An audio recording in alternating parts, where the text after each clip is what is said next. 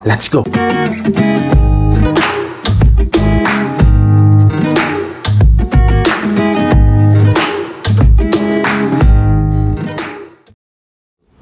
Halo guys, assalamualaikum warahmatullahi wabarakatuh. Berjumpa lagi dengan saya gitu ya di channel Hendrik Marta Dinata Haryanto ya, yang logonya itu terkenal Live and Learn.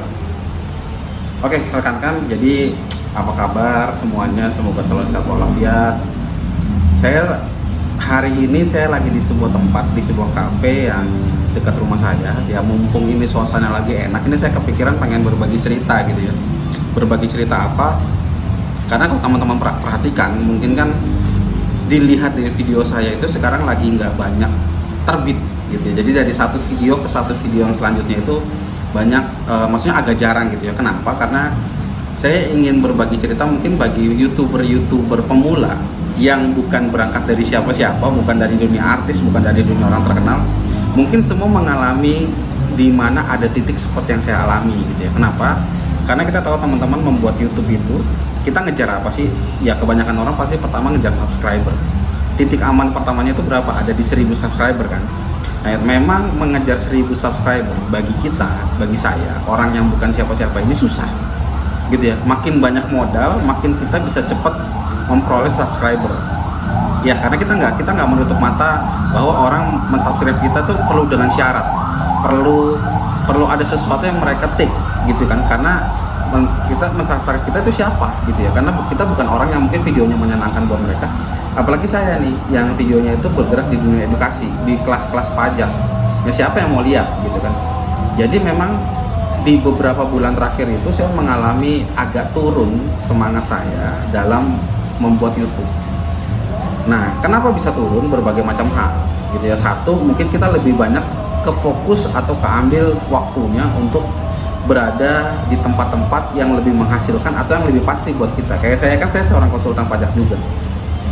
Nah, saya jadi lebih fokus ke konsultan pajak saya karena kita tahu YouTube itu adalah investasi di kemudian hari. Apalagi sekali lagi bagi youtuber pemula yang videonya nggak bagus, kontennya juga bukan konten yang menarik ya. Konten edukasi itu kan konten yang kurang menarik untuk ditonton gitu teman-teman ya.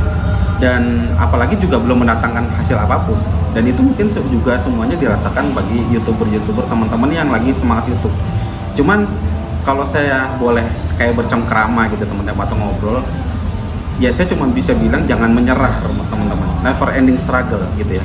Karena biasanya di titik-titik kita hampir mencapai kesuksesan, itu di situ kita nyerah tuh. Kalau teman-teman pernah melihat sebuah meme di Facebook atau di Instagram atau di mana, ada seperti orang lagi menggali tanah untuk mencari sebuah berlian, itu dia tinggal satu pacuran lagi atau tinggal beberapa pacuran lagi keluar tuh berliannya.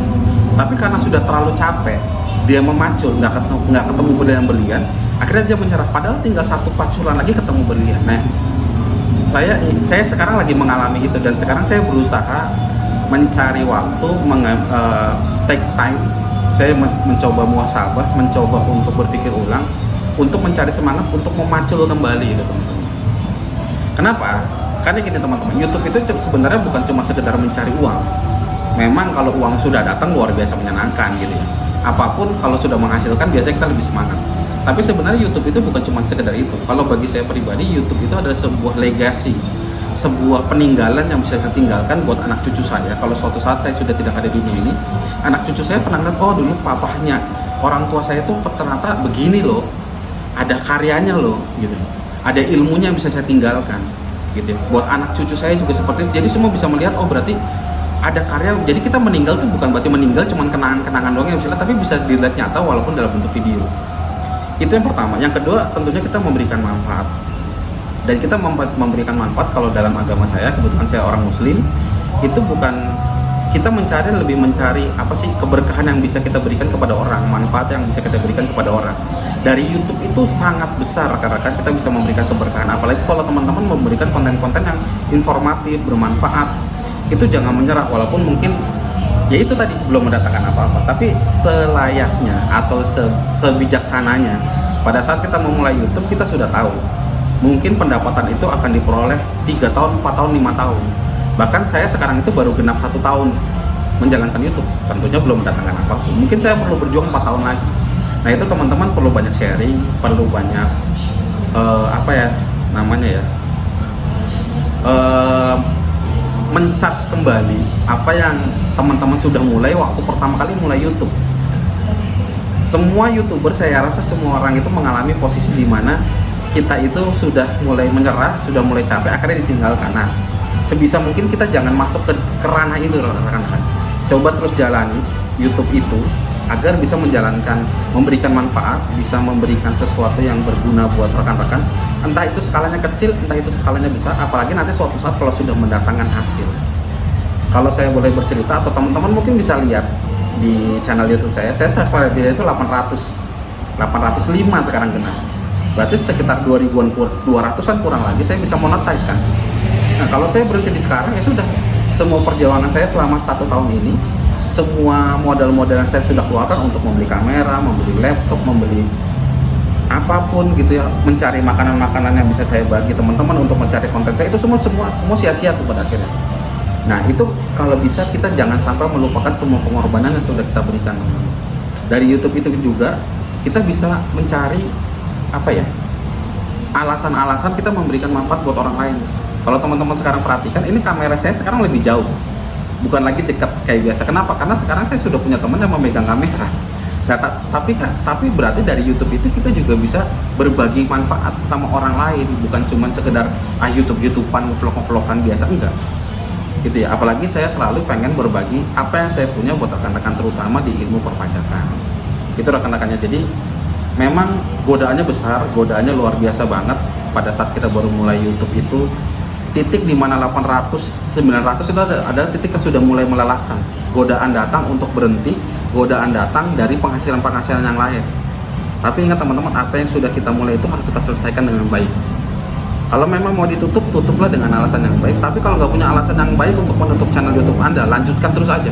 Pelan-pelan, nggak usah berharap uangnya. Karena saya yakin sekali, kita semua nggak ada orang yang anak SMA nggak punya modal apapun, mulai YouTube dan dia yakin dari YouTube itu mendatangkan penghasilan. Saya nggak yakin. Pasti semua orang sebenarnya dia sudah punya penghasilan tersendiri, baru dia mencoba masuk ke dunia YouTube. Tapi sebenarnya dia sudah punya penghasilan itu, ya kan? Jadi maksudnya kita bukan YouTube itu, kita yakin dan kita sudah sangat paham dia tidak akan mendatangkan sesuatu yang mengenyangkan perut kita di awal, gitu rekan. Jadi kita sudah yakin pasti penghasilannya itu akan datang di 3 tahun, 4 tahun, 5 tahun. Bagi siapa? Bagi YouTuber seperti saya ya, yang modalnya sedikit dan bukan siapa-siapa. Kita nggak bicara artis. Kalau artis baru bikin YouTube mungkin sudah langsung 1 juta subscriber, 500, bahkan berjuta-juta dan sebagainya. Mencapai 100.000 subscriber itu nggak susah, tapi akan sangat memuaskan pada saat kita seperti orang biasa kita ini bisa mencapai titik aman pertama 1.000 subscriber, itu pasti kita bahagia banget. Nanti bisa mencapai titik aman kedua ke 100.000 dan kita mendapatkan silver button, itu luar biasa banget. Mungkin kalau bagi artis ya biasa aja, tapi bagi kita mungkin kita akan syukuran tuh, gitu kan teman-teman, karena kita mendapatkan 100.000 subscriber dengan perjuangan yang luar biasa.